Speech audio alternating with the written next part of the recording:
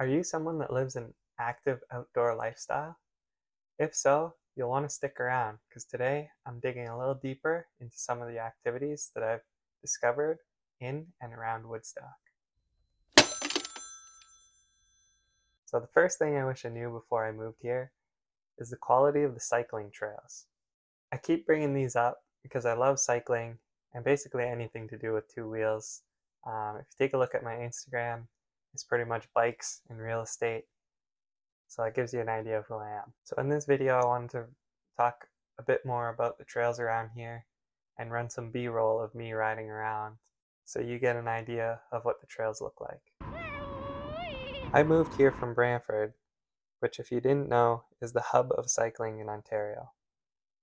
So coming from Brantford, where there's access to literally hundreds of kilometers of trails, I thought Woodstock wouldn't have that much to offer.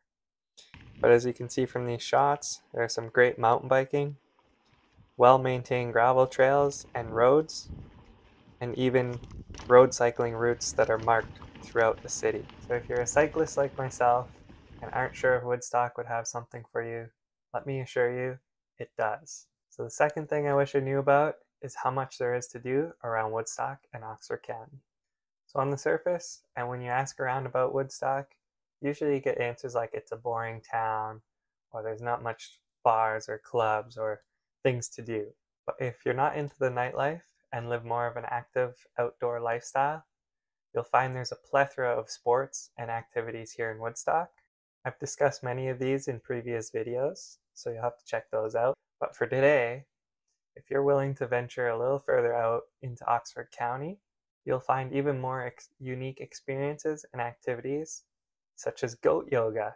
I'll link to the Tourism Oxford website so you can see more of what Woodstock and Oxford County has to offer.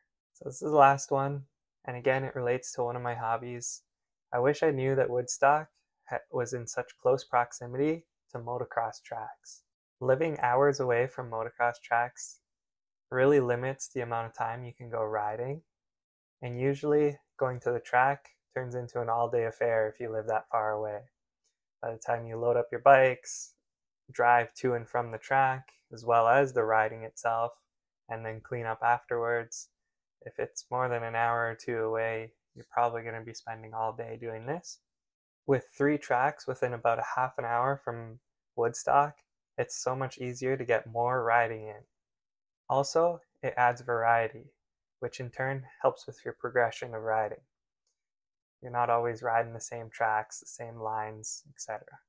I'll make a separate video on these tracks and a little bit about motocross further into the summer, as I want to get more riding footage from each of them. So stay tuned for that. Well, there you have it. That's the 3 things I wish I knew before moving to Woodstock. These topics were a little more personal to my lifestyle, but I'm finding if you're active and outdoors type person, Woodstock is definitely a place for you to consider.